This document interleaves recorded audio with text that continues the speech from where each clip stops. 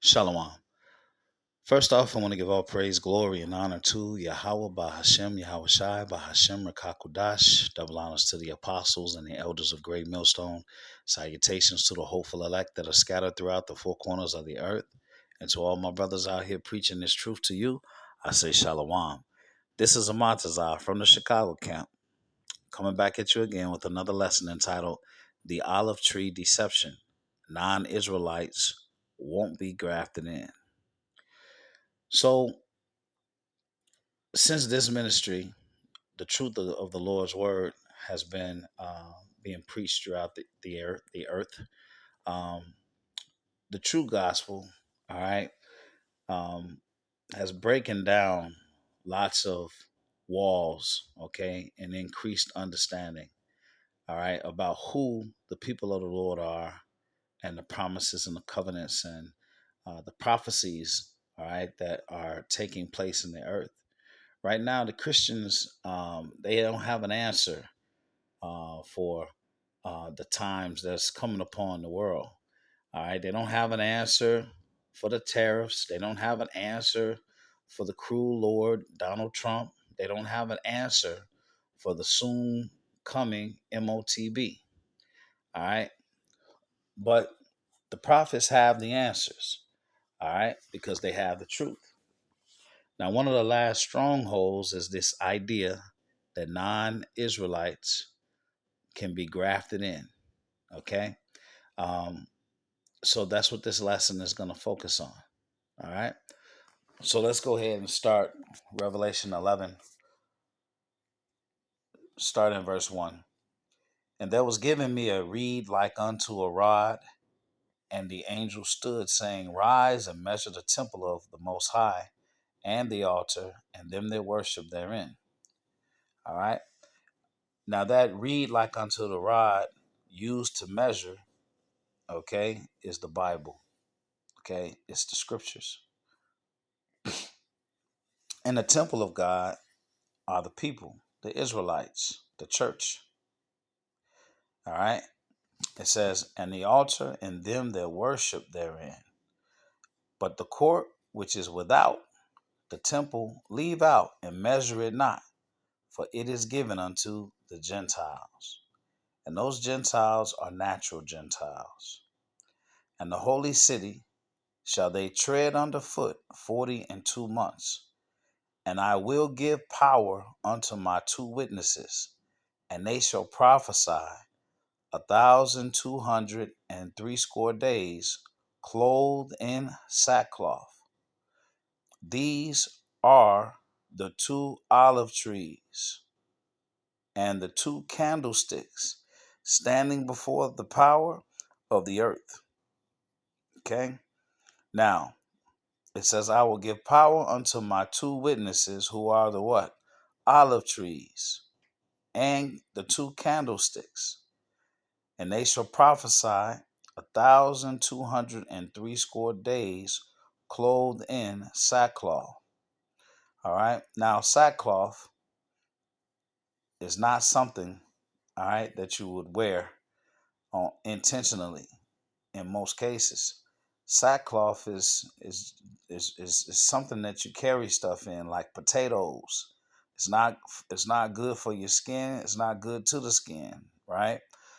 Sackcloth is used in mourning. Okay, in ancient times, it was used as mourning, and it's what they made for slaves. Okay, slave clothes. All right. Now these two witnesses are the northern and the southern kingdom. Okay, and they are the two olive trees. Also, it says, and the two candlesticks standing before the power of the earth. All right, and those candlesticks are the prophets of both the northern and southern kingdom. All right, it says, and they shall prophesy 1,260 days, clothed in sackcloth. All right, and that thousand three score days. Let me see, 1,260 days, clothed in sackcloth.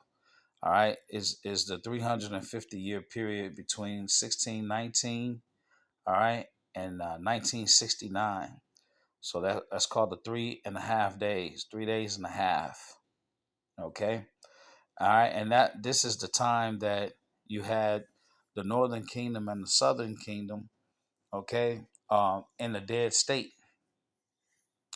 This is Zephaniah 1 and 12. It says, "And it shall come to pass at that time that I will search Jerusalem with candles and punish the men that are settled on their lees, that say in their heart, Yahweh will not do good, neither will he do evil." So here in Zephaniah 1 and 12, it talks about um, the Lord is going to search Jerusalem with candles. And those candles are the men of the Lord. Okay? So so the prophets of the northern and the southern kingdom, all right, are going to search Jerusalem with candlesticks. Okay, and that's this word, which is a lamp. All right. Um, so Christianity has you thinking that the word Gentile means everybody that are not Israelites, and that's not true. Are the following Gentiles Israelite foreigners or natural Gentiles? See, natural Gentiles are the heathen. Okay, so let's read two scriptures. This is Psalms 79, 1 and 1. It says, "A psalm of Asaph, O power, the heathen are come into thine inheritance. Thy holy temple have they defiled. They have laid Jerusalem on heaps. The dead bodies of thy servants have they given to meat unto the fowls of the heavens." Who are the servants? Leviticus 25 and 55. "For unto me the children of Israel are servants. They are my servants who I brought forth out of the land of Egypt. I am Yahweh your power." All right, so we got to clear up who the servants are. "So the dead bodies of thy servants have they given to be meat unto the fowls of heaven, the flesh of thy saints unto the beast of the earth. Their blood have they shed like water round about Jerusalem, and there was none to bury them." Okay? So, who did this to the Israelites? Would it be Israelite foreigners who did it? Okay? Or would it be natural Gentiles, known as the heathen? In Luke 21:24, "And they shall fall by the edge of the sword, and shall be led away captive into all nations. And Jerusalem shall be trodden down of the Gentiles until the times of the Gentiles be fulfilled." So is Jerusalem going to be trodden down of Israelite foreigners, or is Jerusalem going to be trodden down of the natural Gentiles? Okay? So it's the natural Gentiles, all right, that trodden down, all right, Jerusalem. It says, "Until the times of the Gentiles be fulfilled." Well, what is the time of the Gentiles? Well, when you go into the book of Daniel, right, you have Nebuchadnezzar, and he had a dream. His dream was a representation of the Gentile rulership on the planet Earth until the return of Yahushua. Okay, that's what you have. The times of the Gentiles be fulfilled. Okay, so now Jeremiah 50 and 33. This is the testimony of Jeremiah and the prophecy. It says, "Thus said Yahweh of hosts, the children of Israel and the children of Judah were oppressed together, and all that took them captives held them fast. They refused to let them go." All right, so where were they oppressed together? They were oppressed together here in America. Okay, here in America, they were oppressed together.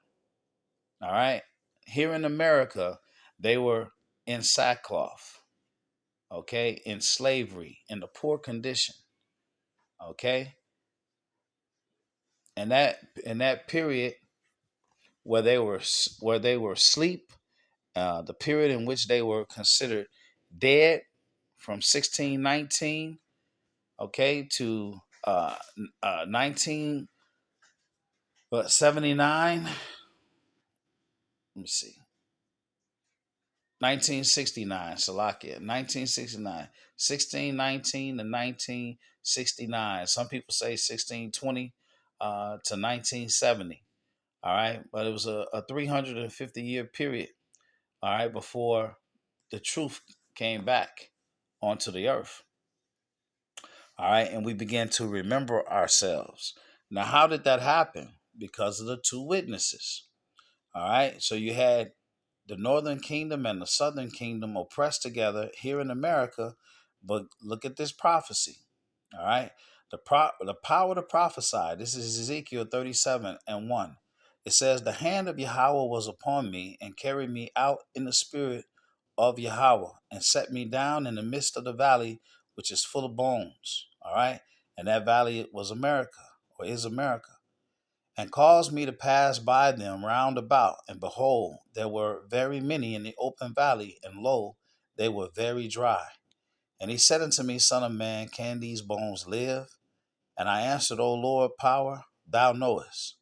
Again he said unto me, prophesy upon these bones, and say unto them, O ye dry bones, hear the word of Yahweh. Thus said the Lord power unto these bones, behold, I will cause breath to enter into you, and ye shall live. And I will lay sinews upon you, and I will bring you up flesh upon you, and cover you with the skin, and put breath in you, and ye shall live. And ye shall know that I am Yahweh. So I prophesied as I was commanded, and as I prophesied, there was a noise, and behold, a shaking, and the bones came together, bone to his bone. And when I beheld, lo, the sinews and the flesh came up upon them, and the skin covered them above, but there was no breath in them. Then said he unto me, prophesy unto the wind, prophesy, son of man, and say to the wind, thus saith the Lord power, come from the four winds, O breathe and breathe upon these slain, that they may live. So I prophesied as he commanded me, and the breath came into them, and they lived and stood upon their feet, an exceeding great army. Then he said unto me, Son of man, these bones are the whole house of Israel. Behold, they say our bones are dry, and our hope is lost. We are cut off for our parts. And therefore prophesy and say unto them, thus said the Lord power, behold, O my people, I will open your graves and cause you to come up out of your graves and bring you into the land of Israel. And ye shall know that I am Yahweh, when I have opened your graves, O my people, and brought you out of your graves, and shall put my spirit in you, and ye shall live, and I shall place you in your own land. Then shall ye know that I am Yahweh, have spoken it and performed it, said Yahweh. The word of Yahweh came again unto me, saying, moreover, son of man, take thee one stick and write upon it for Judah, and for the children of Israel his companions. Then take another stick and write upon it for Joseph, the stick of Ephraim, and for all the house, of Israel his companions, and join them one to another into one stick, and they shall become one in thine hand. And when the children of thy people shall speak unto thee, saying, wilt thou not show us what thou meanest by these? Okay, so this is when you see the men of the Lord out in the street, okay, with the plank, all right, that has the 12 tribes on them. Say unto them, thus saith the Lord power, behold, I will take the stick of Joseph, which is in the hand of Ephraim, and the tribes of Israel his fellows, and will put them with him, even with the stick of Judah, and make them one stick. And they shall be one in my hand, and the sticks whereon thou writest shall be in thine hand before their eyes. And say unto them, thus said the Lord power, behold, I will take the children of Israel from among the heathen, whether they be gone, and will gather them on every side, and bring them into their own land. And I will make them one nation in the land upon the mountains of Israel, and one king shall be to them all, and they shall be no more two nations, neither shall they be divided into two kingdoms any more at all. Neither shall they defile themselves any more with their idols, nor with their detestable things, nor with any of their transgressions. But I will save them out of their dwelling places, wherein they have sinned, and will cleanse them. So shall they be my people, and I will be their power. All right. So here you have in Ezekiel, the 37th chapter, you have the northern and the southern kingdom coming together again. Okay, through the word. Okay, through the spirit. All right. And this is what has begun here in America. All right. Basically, not just in America, but starting in America and throughout the world. And you have the Israelites waking up, okay? Northern kingdom and southern kingdom. And what are they doing? They're standing together and they prophesying. And they standing together as the olive trees, okay? As the two witnesses, as the candlesticks, searching out Israel. All right, so come back with me for part two. Okay, part two of the olive tree deception. Non-Israelites won't be grafted in. Okay, all right. So, thank you for bearing with me because this had to come out. Okay, so when you start talking about the olive trees, you have to start talking about. You have to talk about the two witnesses because that's part of it. And those two witnesses, the northern kingdom and the southern kingdom. And you see right here in Ezekiel 37, all right, that they came together. Okay. They came together. All right. And the sign, the 12 tribe sign, every time you see that, that's prophecy being fulfilled. Okay. So now we just getting wet. Okay. Come on back for part two.